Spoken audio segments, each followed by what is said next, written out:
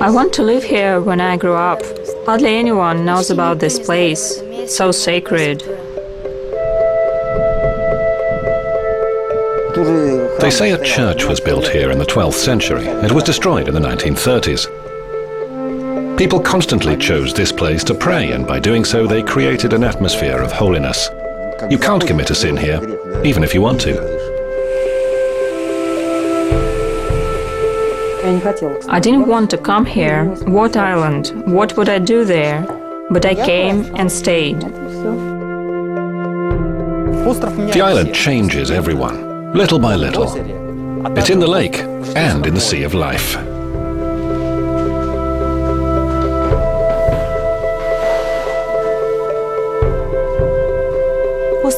The island is so small, but for me, it's the center. It's the center of the universe.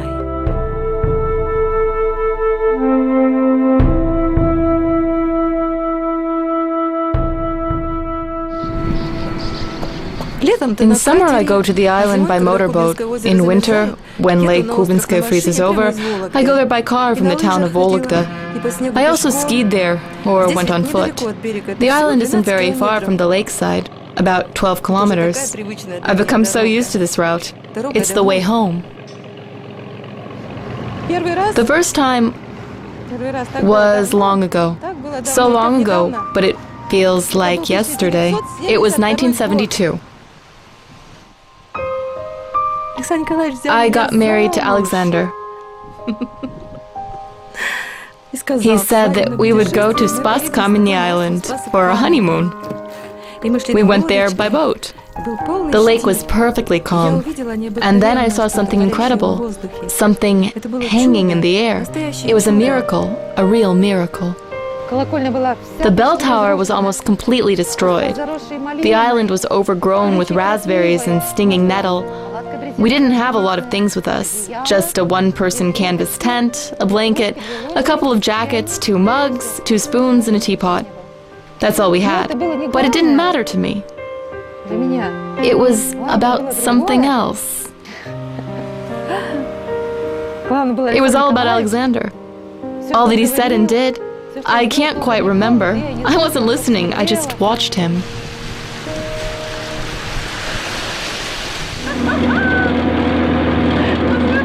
By that time, we already had 3 children, and Alexander had a good job. He was the head of a factory. I can't explain how it happened, but at some point, Alexander quit his job. He told us that he'd left the factory, and he did this without looking for a new job, without thinking about the fact that he had a wife and 3 children. He didn't talk about it, and I didn't dare ask. None of us could have imagined that our lives were changing at that very moment, that they would take a completely new turn, and it wasn't just us.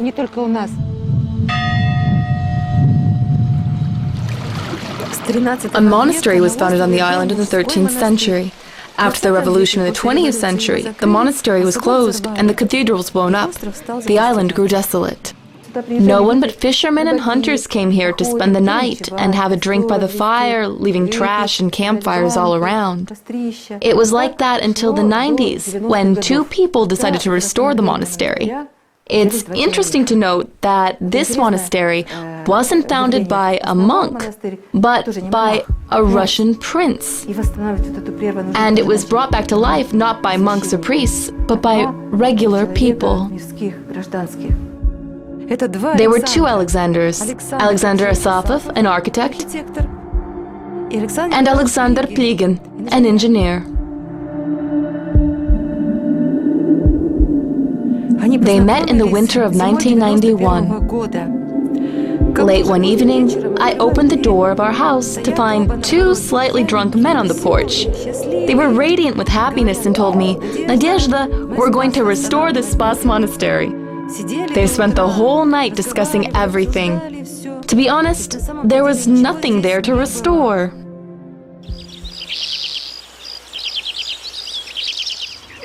And already by spring, in May of 1991 to be precise, work began. Oh, Lord, help us!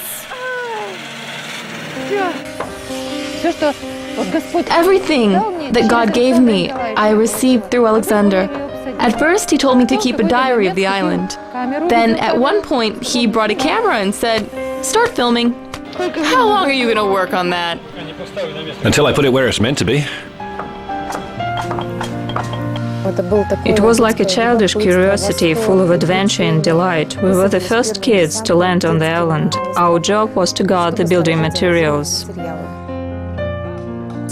When I talked to my father, I used to ask him, "Dad, why are you doing all this? Is this going to be our island, our dacha? What is this place?" He would answer, "Son, I'm doing it for everybody."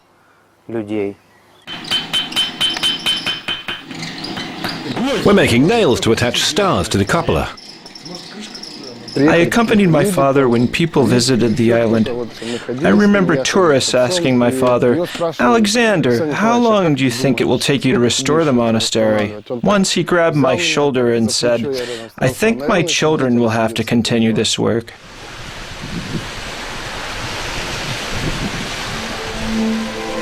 In 1993, our architect Alexander Asafov died. And almost right after that, the government stopped funding the restoration. As a result, Alexander was left with nothing. He was out of work because he had quit his job. Our family was in a helpless situation. It's difficult for me to say what his thoughts were then.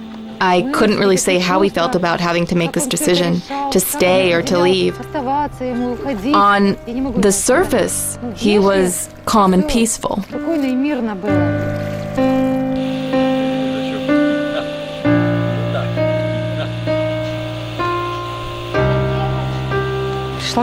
After a while, he became self-confident, though he had absolutely nothing, no prospects.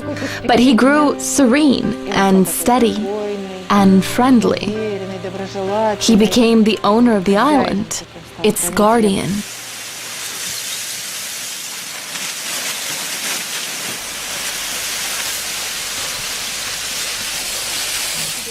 What are we going to do with the motorboat? Every year we do the same thing. 500 years and it's like this, and every year we start at the beginning. I never told him to go away or give up this work. Of course I broke down often. We had no money, absolutely nothing. Our oldest son, Alexei, went to college then. He used to hide a piece of bread on top of the cupboard so he could take it with him in the morning. Alexander would come home very quietly, almost secretly, and he would take some things and food from the cupboard. He would put it in his backpack and leave for the island. This always made me cry. I was in despair. I told him, "Please, ask someone else to give you some food. You can't keep taking everything from me. I've got nothing." I cried a lot. He would look at me and say nothing. He never said anything harsh. He never interrupted me when I said that. He just looked at me in the eye, which made my hard feelings fade away. And after that, he would leave for the island.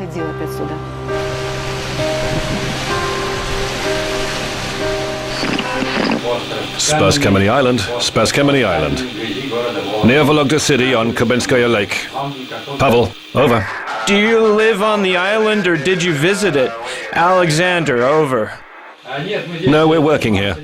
We're restoring a 13th century monument. We have a radio station. I wish you every success in your work. Goodbye.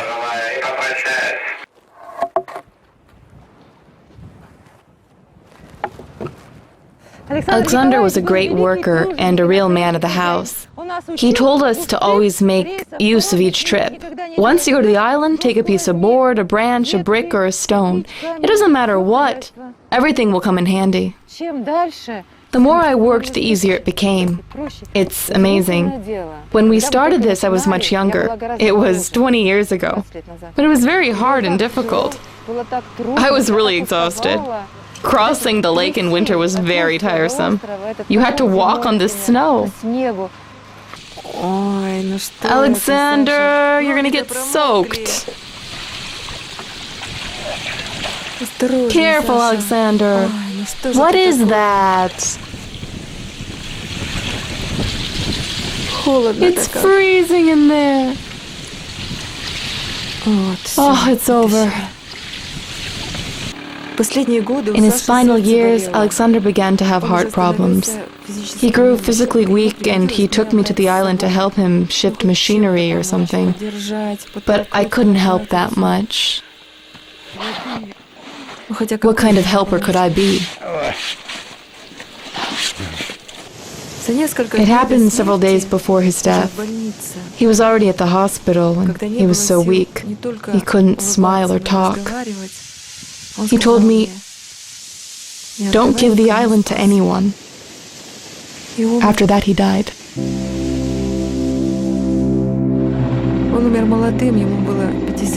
Alexander died young. He was only 56. It happened in 2004.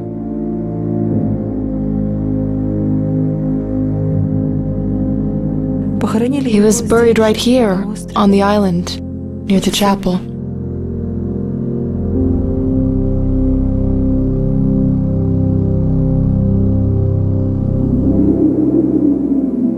Everybody came to our house after the funeral, and we could all feel these questions floating in the air. What's going to happen? What are we going to do? Who's going to do it? One of my children, I don't remember who exactly, said, "Mom, you'd better stay here because you know everything. You were always with Dad. We'll all help you." Everybody gave a sigh of relief, and after making that decision, we parted. When I came to think of it, if I knew what would happen afterwards, I don't know if I would have agreed to it all.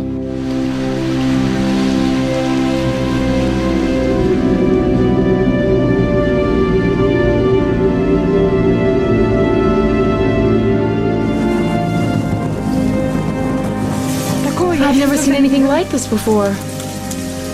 Alexander never told me. It's heading right towards me. Is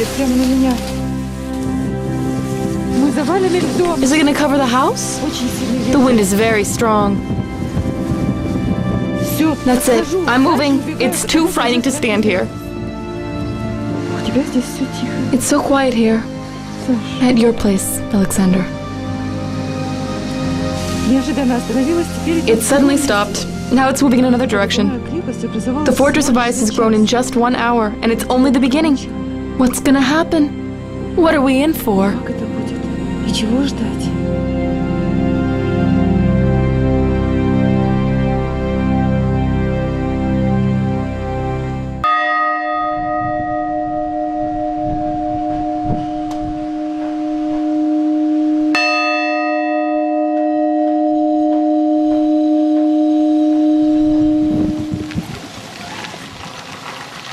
Don't fall! Careful! The ice is so soft! Oh, it's so good that you came here. How can a woman stay here and do anything? My decision came very naturally. I stayed here to help my mother because I just couldn't leave her. I made up my mind to help her. I couldn't help thinking, why not my oldest son? Why not Alexei? If we judge by our human standards and customs, it should be Alexei, my oldest son. Ivan knows nothing about machinery. He's the youngest son and he used to be so spoiled. He grew up with the love of his brother and sister. It was only after some time that I realized why it happened like this. It wouldn't have done Alexei any good if he had stayed on the island. There was no reason for him to stay here. The island and our father were inseparable. That's what people thought. But for me, my father was just a man. I knew the way he lived before he came to the island, and that life seemed more interesting to me. He always took me with him to the factory, to airfields. He was an experienced parachute jumper. Did we ever talk with my father about continuing his work? Yes, we did. He never insisted on making us carry on with his legacy. He never told us that we must do it. He said, "It's my cross, I wanted it, and I will bear it. This is what I do. Do you wish to do the same? It's your choice. I can't make you do this. I can't force you." This island is the place where my father is buried. That's how I feel at the moment. I often come here and I always go to see his grave.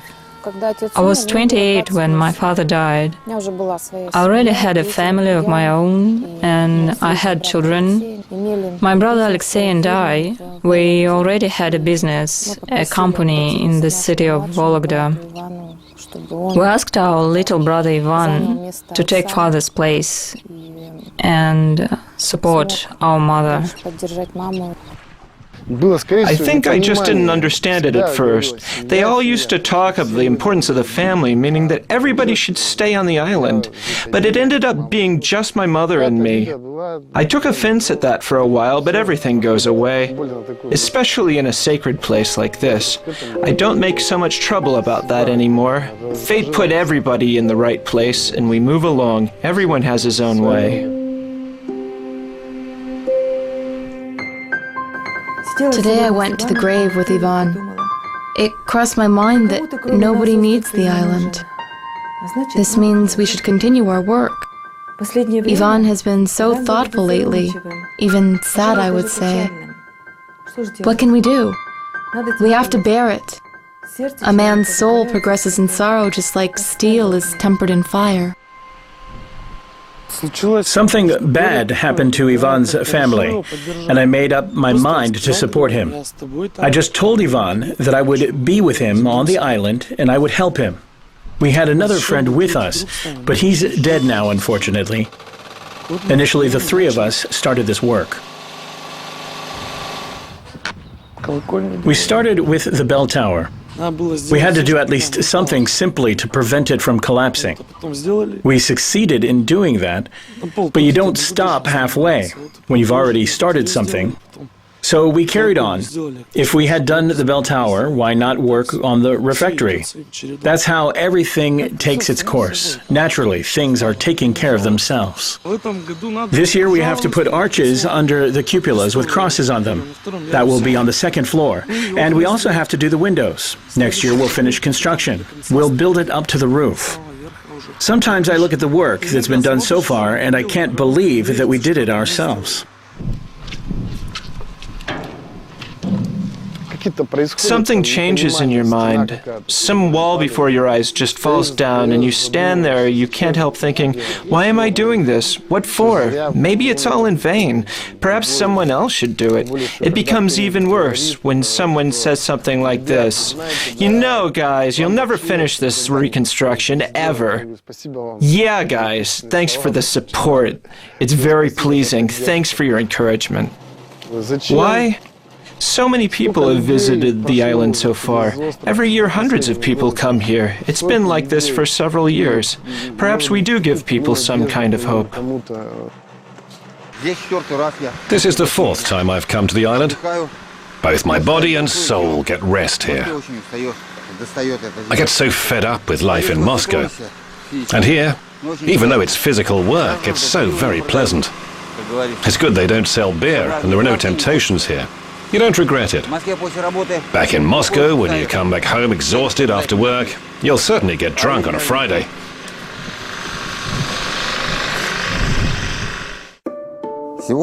Today I continue to clear up debris around the church. There's an abundance of nails. Haven't found any coins yet. I'm going to spend about 40 to 50 days here to get my mind back in order. Only then will I be ready to plunge myself into the chaos of Moscow life.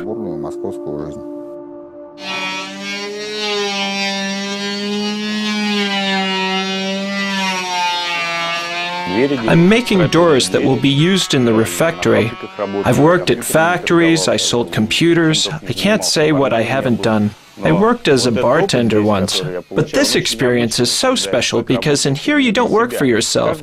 Every man has something inside of him which makes him feel better when he does something good for other people. Here you experience it all the time.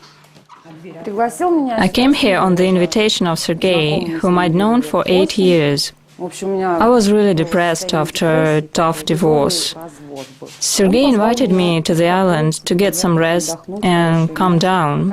It's a nice place after all. When I was on the way here, I had only one thought. Please, not the kitchen, not the kitchen. I'll sweep the floors, do the cleaning up, anything but cooking. This was the way I felt. And the more I stay here, the better it becomes. People come here and tell me new recipes. I'm nearly a chef now. I feel so good here, I don't want to leave. Perhaps Sergei and I will get married soon. I don't think just any girl would come here, even more so to work for free. When shall we go on vacation? Just for one day, just one. Better for two, though. Maybe in September. That means in a month. Time flies when you're busy working. Today is the first in the past 10 days that we've had sunny weather. The lake was calm, everyone was working doing their own tasks. It's a pity that today I didn't have time to attend the service, because working in the kitchen doesn't allow you to go to church as often as you would like to.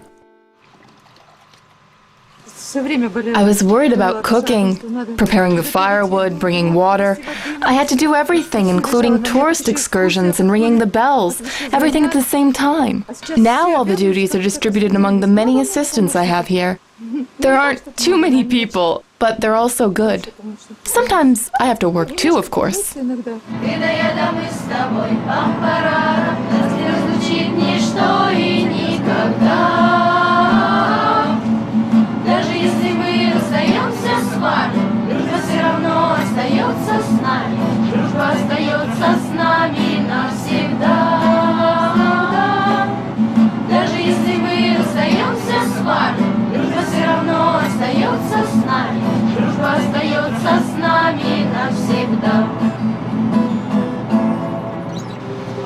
Any questions, kids? Where should I put the grass? In a pile? Come on, we're working here. We've come here with a religious academy. We live in a camp and we work here. There's so much to be done and we have to help. I was told to clean up the grass. I want to become either a priest or a monk. If you're a priest, you can have a family and you live in your own house and everything. When they make you a monk, you forget your name, they give you a new one, and you get completely separated from ordinary life. You can't have a family. You dedicate your life to God entirely. I'd rather be a priest, because I still want to give life to the next generation.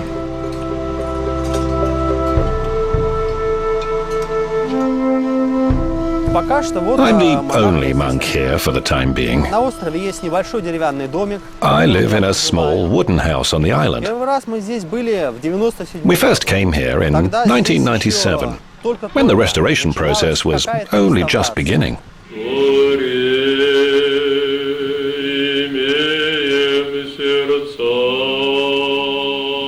That time, we came here in the summer. We took the services and had a look around at what was going on. Back then, there were absolutely no thoughts or plans about re-establishing a monk here, or even regular services. That was a long way off. Afterwards, we came here to conduct services just once or twice a month. Doesn't happen that often. This June, I was appointed rector of the Spasso-Kamenny Monastery. This isn't a reward or punishment any way you look at it. It's exactly what a person needs. It happens in the lives of all Christians that God sends them what they need.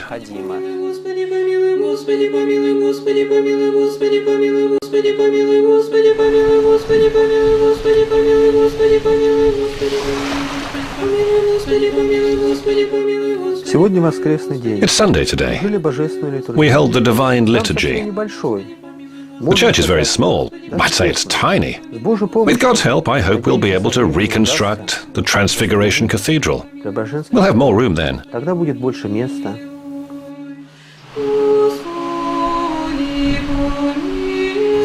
Why not? We'll do it. If you want to do something, you can do it. We're not used to falling back. It's Holy Land after all. Monks and churches used to be here, and they must be here. You have to deal with it and move on. Of course, sometimes I run out of energy and I start thinking, why am I doing this? Why? What's going to happen? Who's going to come here after us? But moments like these pass quickly. You shouldn't think about the future. God plans everything. It will be as it should be. All we can do is work